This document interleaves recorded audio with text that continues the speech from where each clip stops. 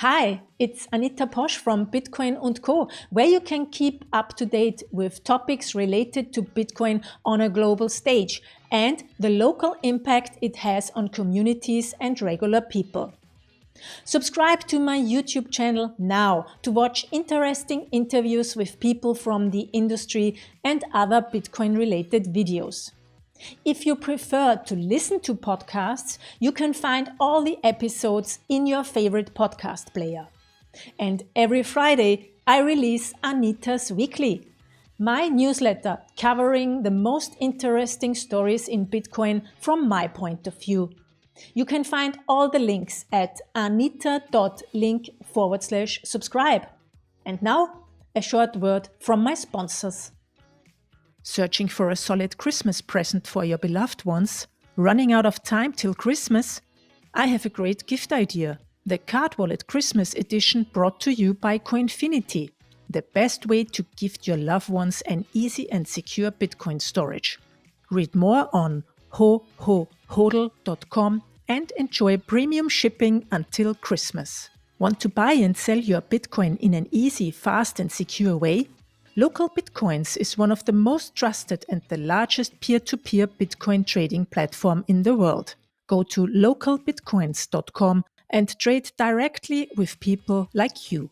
Shift Crypto has the perfect starter bundle kit for Bitcoin self-custody, a Bitbox O2 together with aging-resistant backup cards. Get additionally 10% off with the coupon code ANITA when you are in the checkout at anita.link/bitboxo2. Plans for 2021? The Bitcoin 2021 conference will take place in Los Angeles at the end of April. Find out more at b.tc/conference. Hello everybody, my guest today is Chris Tramount. Chris is the co-founder of Scarce.City, and I would say online marketplace where you can buy Bitcoin artisan goods or Bitcoin themed goods for Bitcoin and Lightning. Chris, hello, welcome to the show. Hi, Anita. Thank you for having me. Thanks for spending the time with me here. So, Chris, let's start with a little introduction. Tell us who you are, what you did before, and how you found Bitcoin. Sure. So I guess I started off as an industrial engineer, which essentially I was working for retailers, helping them get objects from point A to point B safer, quicker, cheaper. Did that for a few years and got kind of burnt out by it and decided what's next. And I got sucked into tech startups shortly after. And I've been working on a variety of different tech startups for the past 10 plus years. And I got into Bitcoin in 2017. So still consider myself somewhat of a freshman to this space. But since going down the initial rabbit hole, it's basically consumed as much of my attention as possible. And got to a point where I decided I had to create a business in Bitcoin if I wanted to be productive as a professional. Yeah, that's true. Everybody wants to start to build immediately or do something as soon as one gets into the Bitcoin rabbit hole. Interesting, because so that seems you were working in e-commerce. Yeah, so that's my background. Retail is something that I feel like I have a good grasp of. So when I was looking to enter the Bitcoin space, retail e-commerce was an area where I felt most confident. Mm-hmm. And where did you find Bitcoin and when the first time? I think I first heard about it in the early days, probably Silk Road. Immediately dismissed it for a couple of reasons. First of all, seeing it being used as a medium of exchange didn't seem sustainable to me. The one thing I did understand early on is that it was disinflationary. It had a supply cap and had a good enough understanding of the economics to know that disinflationary currencies don't incentivize spending. So I had the feeling that it would kind of die from that. I also had a hard time making the mental leap that people in mass could adopt a new currency, essentially magic internet money that wasn't backed by what currencies are traditionally backed by, which is either precious metal or governments with guns. So dismissed it the first time around. I think I was more ready for it by 2017. For I think one main reason comes to mind is paying attention to what was going on in the global economy and realizing that the central bankers of the world were going to continue to kick the can down the road, continue to print money. I started seeing the effects that this was having on society, specifically related to inequality, and it made me angry. And I think it made me most angry because I felt like, as an investor, and not like I had a lot of money to invest, but it was my money. I felt forced into supporting this system that I saw doing harm to society. So I was looking for an alternative. And when Bitcoin started making headlines again in 2017, the store of value narrative was much better articulated. And that's something I grasped onto immediately. I think I also read the book Sapiens around that time, and it kind of opened my mind up to people's kind of propensity to create social constructs, and money is a good example of that. So those two things flipped the switch for me, and from there it was really no turning back. The more I learned about Bitcoin, the more I realized that I had potential to solve a lot of society's issues. And I also saw it as a protest of consequence. You see social unrest all around the world, but it never amounts to much. There's protests here and there, it makes headlines, or there's a new election and we vote on a new leader, but from the foundation, nothing changes. And I saw Bitcoin as a way to act in my own self-interest while supporting a new system that had a chance to be more fair and take power away from the individuals who I felt like weren't steering society in the right way. Sounds very much like the same reasons I'm into it. And I also came from e-commerce. Oh, wow. Getting bored with e-commerce, interested in the internet all of my life. I mean, from the moment on the internet existed in a way, because like in 97 I was finished my studies on the university, and in 97 I also got my first private email account, and so wow. I immediately wanted to work in the internet space. And actually 27 was the same year as you. I also thought, okay, Bitcoin is the thing. That's the thing that can change the world to a better place. And it's an opt-out, basically, and a way to vote in a way and to decide for a more sustainable financial infrastructure, as I believe. It's amazing the power Bitcoin has to suck people in, not just with their money, but with their attention and their willingness to contribute. And everybody finds there is a place for everyone to contribute. Yes, I think so too. And it's just fascinating to watch that happen. What is sad is I think that many people, like mainstream or regular people, still think that it's just to get rich quick in a way for the people who want to make money and profit and nothing else. I think there's a long way of education to be done here. Yeah, I think it was Naval who had the great tweet. It was probably a while back, and I'll butcher it, but it was something like Bitcoin is disguised as a get-rich-quick scheme that has, potential for real revolution. Yeah. And that puts it so perfectly. Naval has a great two great podcasts with Tim Ferriss where he's speaking about Bitcoin. Yeah. These. Yeah, that was that first one in 2017. That was a big moment for me. I think that's when I was like really convinced. And it's really interesting because he just did a second one a month ago or something, and I sent it to my family.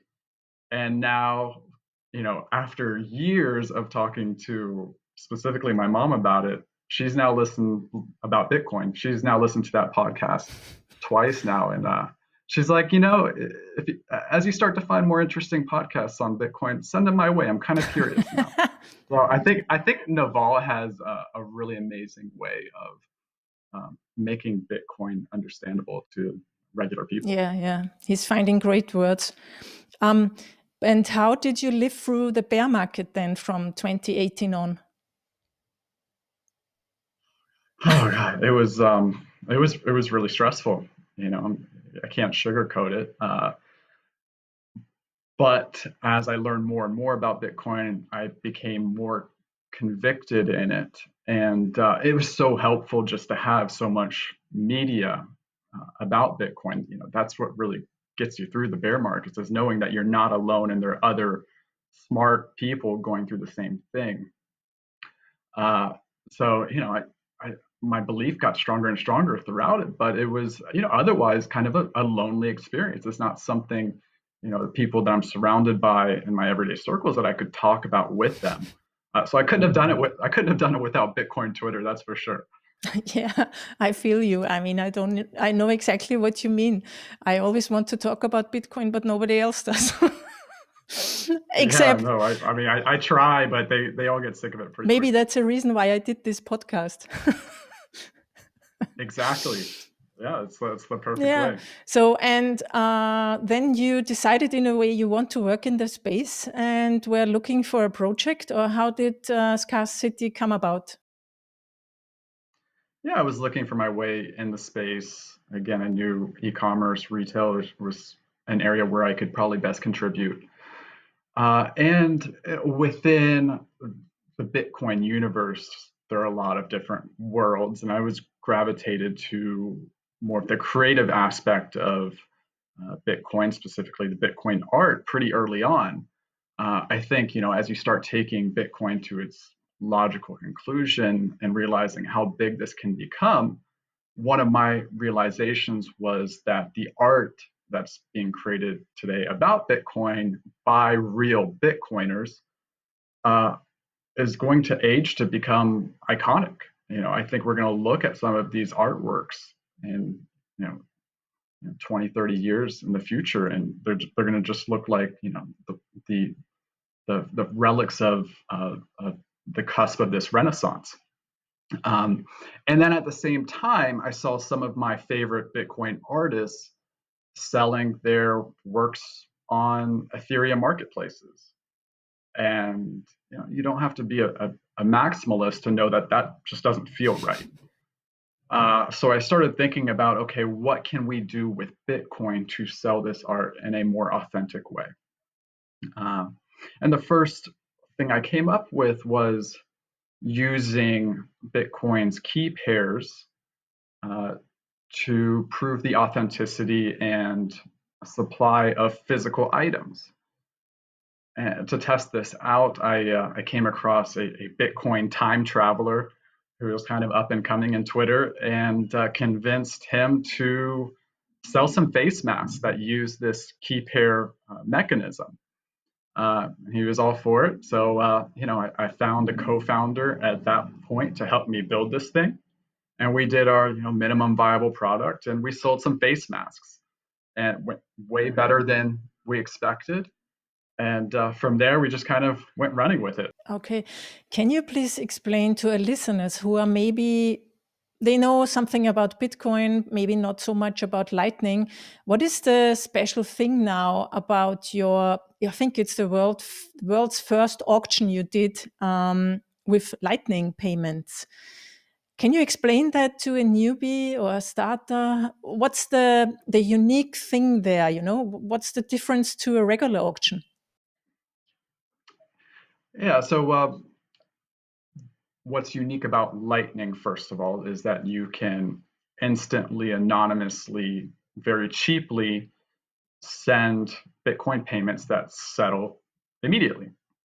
Um, so we've created an auction that uses the Lightning Network to um, to keep bidders accountable by taking a Lightning payment from them with their bid.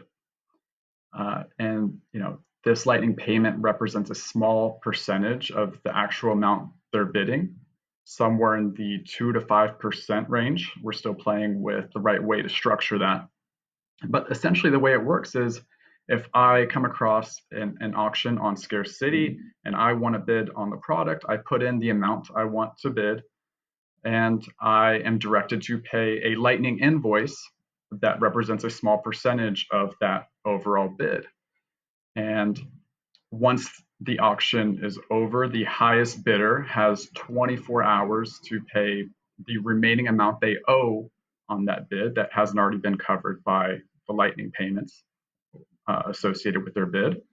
And if they do not pay it, then they lose their collateral, and the next highest bidder has their opportunity to pay their highest bid for the item. And once the item is paid for, all remaining participants get their collateral back. Mm-hmm. And I guess everything works automatically, so there's no need for an intermediary, like a person who says, okay, he had the highest price, or she gets the article, the good. As much of it as possible right now is automated. It is our first version, so there is plenty of opportunity to improve it across the board. And one of which is reducing our role as the intermediary and using some additional technology in the Bitcoin stack, such as discrete log contacts, to create smart contracts that are able to see, okay, this person won the bid, so now it's their opportunity to pay. And because it's now paid for, everybody else in the auction gets their money back, and it's not us pressing buttons to make that happen. And you also don't need to hold the Bitcoin or the Lightning payment. It's in escrow in the Lightning network. Yeah, exactly. Yeah, great. How did you build that? I mean, which tools are you using? The foundation of it is BTC Pay Server. Everything we've done has been with BTC Pay Server. It makes it just so much easier to start accepting Bitcoin. This project would never have started without it. Okay. And I think the same goes for many other merchants around the world that are accepting Bitcoin. It just makes things so much easier. Yeah, I made an interview with the founder, Nicolas Dorier. I listened to it. Yeah, great. Yeah, he's fantastic. Yeah, and I also think the project is fantastic because it's basically you can use it for free, so you don't have to pay any fee to use it, or then for the transactions, no fees. It's fantastic, yeah. And yeah, it's really great. It's just watching Bitcoin since I've been involved in the beginning. It was very much the infrastructure layer that was being built out on the protocol, Lightning Network, but also these apps that really serve as infrastructure, such as BTC Pay Server. And because now they are strong and working, now us like kind of consumer-facing apps, we can start to build on top of it, and it works like Legos. Mm-hmm. Yeah, and do you run a full node, I guess? We do, through BTC Pay. Do you have a Raspberry Pi, or is it on a computer? No, we're using Amazon Cloud. Okay. Part of it is we're both in New York City, and it's hard to find a place to put a new piece of hardware. You mean, what do you mean space-wise, or are we? Or how? We're tiny apartments. But convincing my wife. But a Raspberry Blitz is only like that size. Oh, is it? Well, it'd still be a negotiation, trust me. Okay, understand. So, and how many people are on the team at the moment? It's just me and my co-founder, Aryan Jabari. He does all the technical magic. But we have a very strong community. One of the things that came out of our first test sale with the face masks was we got the attention of Chief Monkey, who's become our MVP artist. We did our first Lightning auction with his work. He also immediately introduced us to an all-star cast of the Bitcoin art community. And from the beginning, they've told us everything they were looking for in a Bitcoin-based marketplace. And we bounced all of our ideas and our initial prototypes off of them, and they've just given us tremendous feedback on everything. So it kind of feels like they're very much an extension of the team. Super. Now you mentioned the face masks again. Can you explain to me how you do this with the key pairs? I mean, if you have a physical product, how do you make sure that you have a key in there somehow? It's a good question, and this is something we're refining over time. The initial model, we won't be using, but I think we'll be using a derivation of it for future limited edition sales that we do. But what we did for this one was it's actually quite simple. When you're going through the checkout process and putting in your shipping information, you are giving a Bitcoin address that you own, right? So we never see the private key. The customer keeps the private key, and they give us the public address. And that public address we print physically on the face mask. And we also display that public key with all of the face masks that have been sold.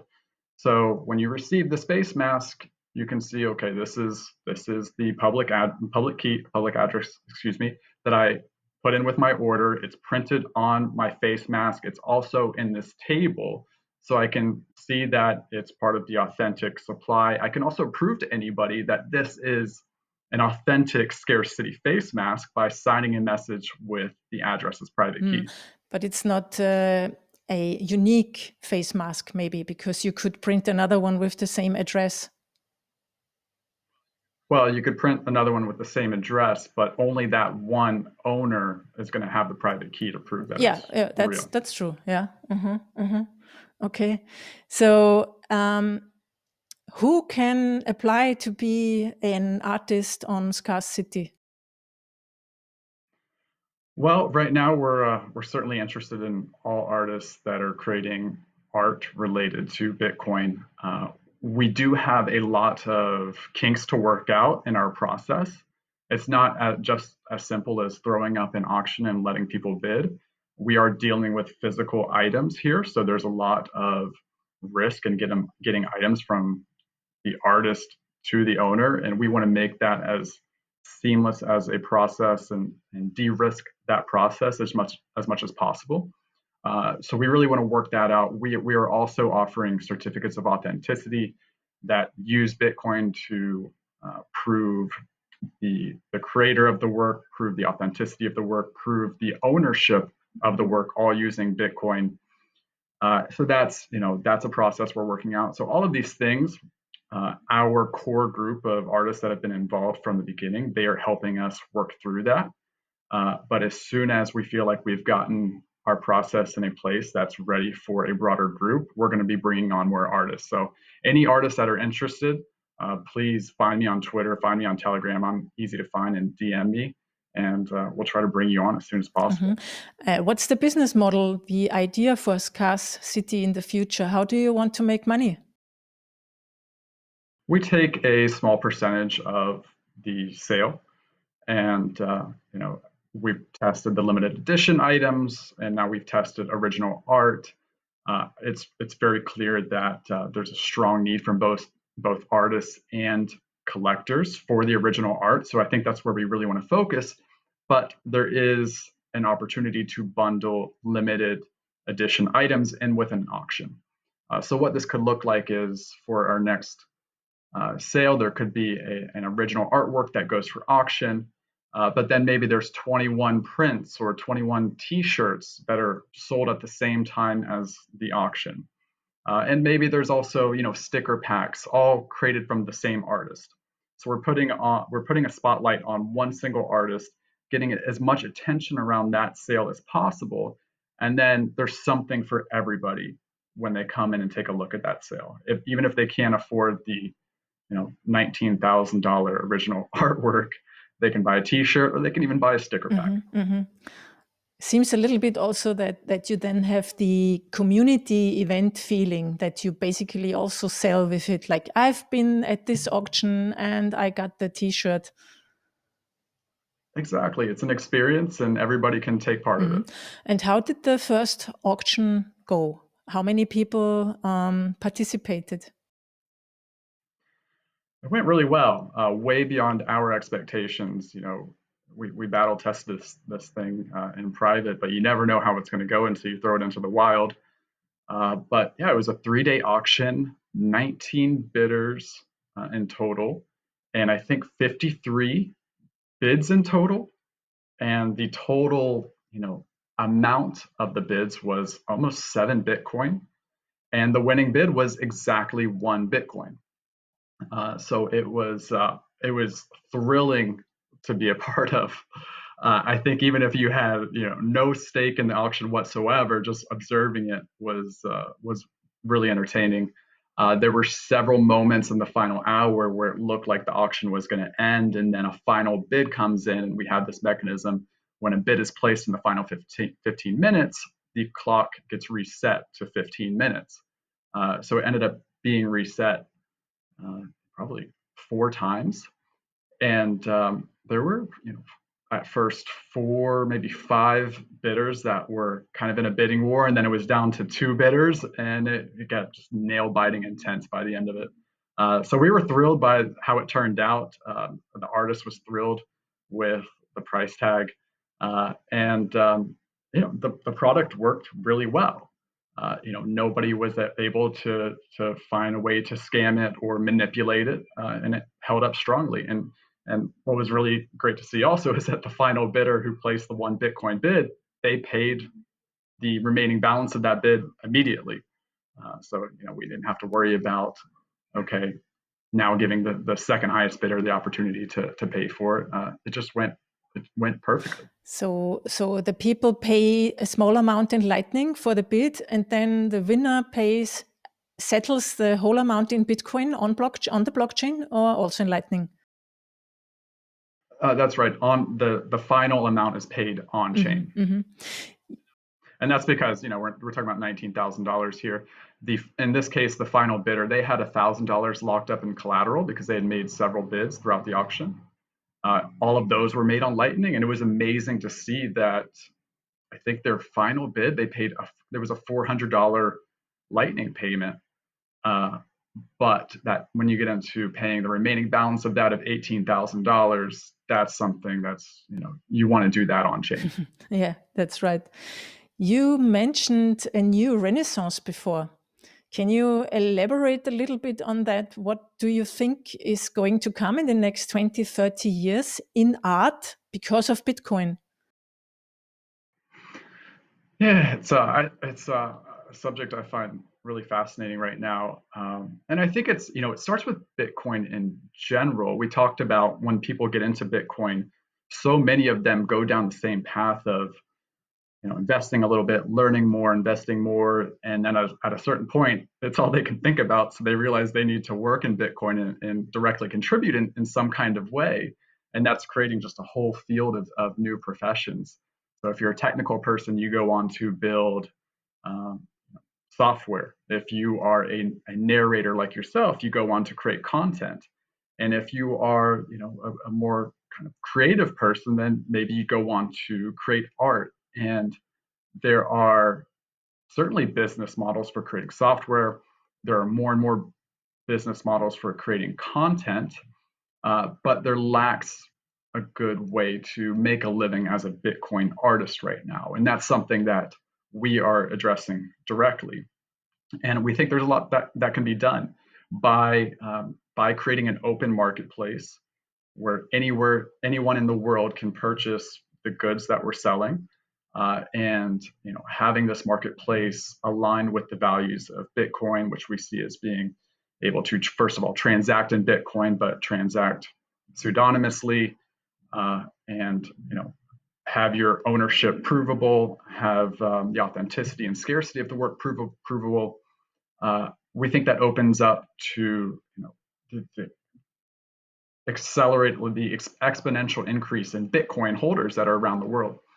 And if we're able to do that, then these artists, they're going to be able to make more money from creating this art, which means they're going to create more art. And there's a whole ecosystem that can be grown here. And the way I look at it, it's really special. If you think about artists being able to create work that's truly from their heart, it's the work that they really want to create, and then being able to find anyone around the world who wants to buy that art. I think about the traditional Renaissance and some of the great artists then. And they worked on a commission basis for the most part. The Mona Lisa was commissioned by a Venice merchant, I believe, to paint a painting of his daughter. So this was obviously Leonardo da Vinci put a lot of creativity into this, but it wasn't, the idea didn't come truly from himself. But it was sponsored work, basically. Exactly. And now with open marketplaces and a real ownership model for this work, artists can now, I'm getting a little bit of feedback. Excuse me. Okay, better now, I think. Artists can now create the art that they truly want to create, and they can sell it to anyone around the world. And it's just starting with physical goods, but when you get into digital goods, that opens a whole nother paradigm for allowing this kind of creator renaissance to take place in Bitcoin. Do you think that the art forms itself will change through, like in digital art, for instance, or through gaming? I don't know. Absolutely. It's I think NFT art it's definitely one of the most contentious subjects, specifically in Bitcoin, and I think it's one of the most misunderstood subjects. Can you please explain NFT art? Yes. So NFT stands for non-fungible token. And basically what it means is that a work of digital art can be associated with a token that has provable ownership and supply. So if I own this artwork that's on this token, I know that so-and-so artist created this token, and that there's only one that exists, and that I am now the true owner of it after I've purchased it, which ownership models like this create a lot of potential, especially when you combine them with open marketplaces. And when I first kind of saw this concept of NFT art, purely digital art that was being sold for thousands of dollars, I was totally skeptical. But as I dug into it, I started realizing that under the surface that there were some strong forces already at play. So first of all, it was clear that there is proven demand from collectors to spend real money on this digital art, and that was incentivizing these artists to create better art. And when I say better, I mean, because it's digital, it's not constrained to the bounds of a physical world. You can create animations, more immersive experiences. There's a work of art that it changes based on the price of Bitcoin. So you can tether it, you can program it based on events in the outside world. They can be collaborative, where multiple people are contributing to different aspects of the same piece of work. At the end of the day, this is programmable art. So there's just so many different ways to express it. And I think we're only just scratching the surface of what's possible there. And, I think one of the biggest knocks on digital art is that you can copy paste it and view it just as anybody else. But there's also this infrastructure layer that's being created because you do have this healthy dynamic between creators and buyers. And I think in the future, and already in some cases, there's going to be ways to experience this art as the owner that cannot be replicated as anybody on the internet who comes across it. So in my mind, the flywheel is in full motion here, and there's not going to be a turning back for this space. Now, again, I think we're just scratching the surface. The exact format of what it's going to look like in the future is really hard to say. I have some wild guesses, but I think this is one of these technologies that's going to take 5-10 years to really understand the potential of. Yeah, I can't grasp it at the moment. I mean, programmable art is new to me. Programmable money, of course, but yeah, why not? I mean, it sounds like everybody could have his own art form, or like personalized art for me by my artist in a way. And then Absolutely. open and globally open for everybody. Yeah, and that's what it's all built on top of, is these ownership models and open marketplaces. And when you have that, that's what creates the incentives for making the art better. And there's also, because it's programmable art, there's more you can do with it aside from just experience it. It can be tied to exclusive content. It can be associated with commercial rights. You can tie in like different legal rights into these token models. You can combine interest-bearing instruments into art, for example.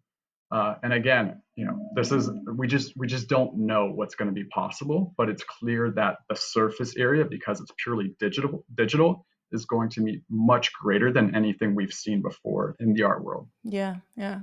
I mean, I'm one of the podcasters who's already has his or her own tribe on Sphinx Chat. With they call it podcasting 2.0. So basically, people pay me instantly over the Lightning Network without like doing something. It's like streaming money. This could also be a part of an art form. Absolutely, yeah. And this is, in the beginning when I said I think it's a renaissance for all Bitcoin creators. Like the applications that are now enabled for software developers is creating the new potential for new applications. For the narrators who are focused on content, now Lightning is creating new ways to monetize your content. And again, there's so much potential in the creative space as well. So I think it's a renaissance for creators of all types. Yeah, it's a great time to live. It's very exciting. What are the plans for Scarce.City next year? Big plans for next year. There's a lot of ways we can improve our auction, which we're heads down on right now, and more tools in the Bitcoin stack that we can use to improve our sales. So, for example, one technology that we're really excited about is using Lightning as a digital login. So instead of creating a username and password for a website, you can just scan a QR code with your Lightning wallet, and you get all of the benefits of having an account without, giving a password, giving up an email address even. So it's much more private and respective of the user, and it's also just much easier. We're also very excited about RGB, which is considered a layer 3 protocol that allows these NFTs to be created in a new way on Bitcoin. And I think this will give Bitcoin a real chance to bring NFTs back to Bitcoin, while, in the past year or so, they've really flourished on Ethereum. So we want to be pioneers in bringing RGB Bitcoin NFTs into our marketplace and bundling them in again with our original physical art and our t-shirts and prints and whatever else we sell. We're raising some funding now to help us create all of this faster. We have collectors and artists banging down our door to be able to do more of these sales, and we really want to. And having a little bit more money will certainly help us deliver faster and deliver better products. So those are the big focuses. So we're excited for the year ahead. Yeah, sounds very interesting. Also excited for you, and we'll be watching you, what you're doing. Anything you want to add to this conversation? Are you looking for developers, or you just said you're looking for funds? How can people get in contact with you, and what do you want to tell them? Anybody who's interested in what we're building, please reach out to me. We're certainly looking for artists. We will be hiring at least one developer. We will be hiring a designer at some point. We are looking for investors. So across the board, I think there's a lot of ways that people can contribute to the project. And if you're just someone who's passionate about Bitcoin art and collectibles, I always appreciate a DM. So I'm easy to find. My personal Twitter account is C Tramount. but you can DM Scarce.City, which is on Twitter. It's Scarce.Dot City, or go to our website, Scarce. As in just period, city, and sign up for a mailing list. We'll keep you updated with all major releases. Super cool. Thank you, Chris. I will put all these links in the show notes that you can find on anita.link/91.